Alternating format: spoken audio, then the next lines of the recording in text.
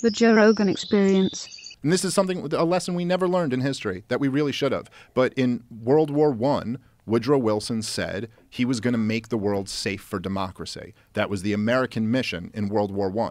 And at the time, the world certainly was not safe for democracy. I mean, Europe was all monarchs, pretty much. And we overthrew the monarchs. The monarchy's pretty much lost. And the ones that are still there are like monarchies in name only, you know, England and stuff like that. And then in the next decades, you had the rise of Hitler, Stalin, or Lenin, and then Stalin. And you're like, oh, man, those monarchs don't seem so bad all of a sudden now, you know?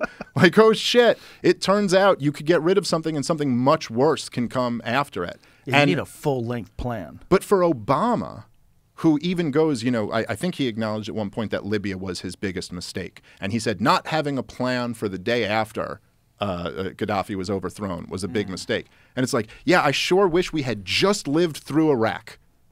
Like, how could you not see that coming? Right. How could you not be like, oh, yeah, and then after that, still tried to overthrow Assad in Syria. Right. And you're like, wait, so you don't see this? That? Oh, yeah. Do you remember when they gave that speech, when he gave a speech on television, and everybody was like, fuck this?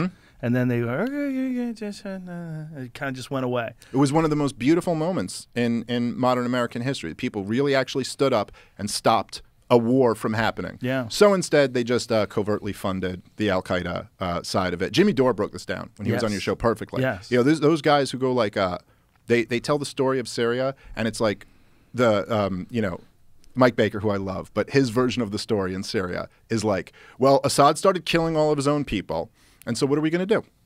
You know, like that's the story that they want to tell you, right? It's like, well, this guy's just so bad, he's killing all these people. You go, is that really what Mike Baker's version of it was? It wasn't. It's a caricature of it, but that's more or less that's more or less it, right? I love Mike Baker, by the way. I do too. But the real story is that you go, okay, so if we're there, if the narrative is that we're there because Assad's killing his own people, and oh my God, I think he used a gas attack, or oh my God, I think he did this, and this is really dangerous. Well, then why is it that General Wesley Clark is telling us on video that he saw plans to have regime change in Syria in 2003? Yeah, that was a dark video. Why are there articles in 2007 about regime change? Because he certainly wasn't killing his own people then. Right. And then, as Jimmy Dore broke down perfectly, you realize that actually what happened was that the CIA and the Saudis launched this Operation Timber Sycamore, and they said that we are going to arm all of the anti-Assad rebels, largely consisting of Al-Qaeda and ISIS, in an attempt to take him out, to have the next regime change that this plan had been in the works for years. And when confronted with that threat, Assad launched a brutal war against them. Certainly killed a whole lot of people. I mean, like if there was ISIS in a town, he'd just kill everybody in the town. Like he didn't care. But the story's not as simple as like, oh, he started killing his own people, and so now we have to overthrow him. The story is we tried to overthrow him, and in response, this war broke out where something like 500,000 people died. Was Wesley Clark, was he running for president when that happened? If I'm not mistaken, I believe he ran before. I could be wrong about that. I think, was he one of the Democratic candidates in 2000, I believe? So I believe this was after all that. That was a dark video when you saw him laying out the foundation that they had. And the fact that he was willing to do that and say it all in an interview on television. Yeah. No, it was really, really creepy. And it's very hard to not look back at that and go like, okay, well, not all of it came true exactly, but certainly there has been an agenda since 9/11 to have one regime change after the next in the Middle East. It wasn't just, oh, we have to go to Afghanistan, and oh, we also have to go to Iraq because we think they have WMDs or something. It's like, well, why then have there been these 5 subsequent countries that we also have to go and overthrow? And no one ever, with the exception of Wesley Clark, no politician ever told the American people, hey, here's what our plan is. Yeah. This is what we want to do. Do you guys agree with this or do you not agree with this? You have no say in this. We're doing this, and each time we're going to claim that it's completely just like, oh, the humanitarian impulse, the people there. Yeah.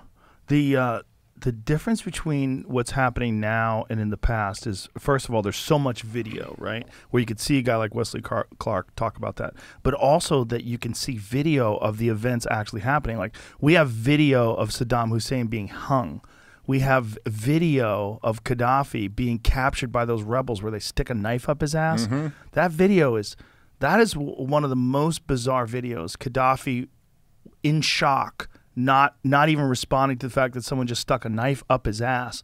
Like, so just completely gripped with terror, knowing that this is the end and that the rebels have captured. And they're all screaming and yelling and fucking going crazy. Well, that's right. And what's happened is that the corporate press has lost their monopoly on information that they had for all of our lives. Right. Like now it's like, well, you can get it from all these places. And that there's good and bad that comes with that. But they're also now flipping out, and you can see it. Like they're losing their grip on power and becoming more and more insane about it. Well, they've lost the ethics of journalism. Like, like this James O'Keefe thing on CNN, where that guy who worked, was he the chief, whatever he is? Yeah, I forget his position, but he was a pretty big CNN guy. And the crazy thing is they catch him on Tinder dates. So she must have been hot. Hot girls get you to talk. So he's got this hot girl, and he's telling her how they do propaganda, how they basically would accentuate anything that was wrong with Trump. They would talk about completely underplay anything that's wrong with Biden. Which is, to be fair, pretty obvious. Yeah. To anyone who just has an open mind and watches CNN. But to hear him say it was powerful. And the fact that he said they're going to do it now for climate change. Like, wow. And that push is already starting. Yeah. Can you imagine just like if you were like the head of CNN and you have to give a meeting in the morning and you're like, all right, so one more time, guys. If a hot chick takes you out to a bar and starts asking you to tell her about how we're propaganda, that's James O'Keefe, all right? So please don't just start babbling about how we do propaganda. It's so crazy. It's so weird to see it laid out like that, where, he's explaining how they do it. But what a blabbermouth. The fact that this guy, like, hey, man, this is kind of important. Like, imagine if someone heard you say this. Yeah. Imagine what kind of repercussions it would have on the business. Catch new episodes of the Joe Rogan Experience for free only on Spotify. Watch back catalog JRE videos on Spotify, including clips. Easily, seamlessly switch between video and audio experience. On Spotify, you can listen to the JRE in the background while using other apps and can download episodes to save on data cost, all for free. Spotify is absolutely free. You don't have to have a premium account to watch new JRE episodes. You just need to search for the JRE on your Spotify app. Go to Spotify now to get this full episode of the Joe Rogan Experience.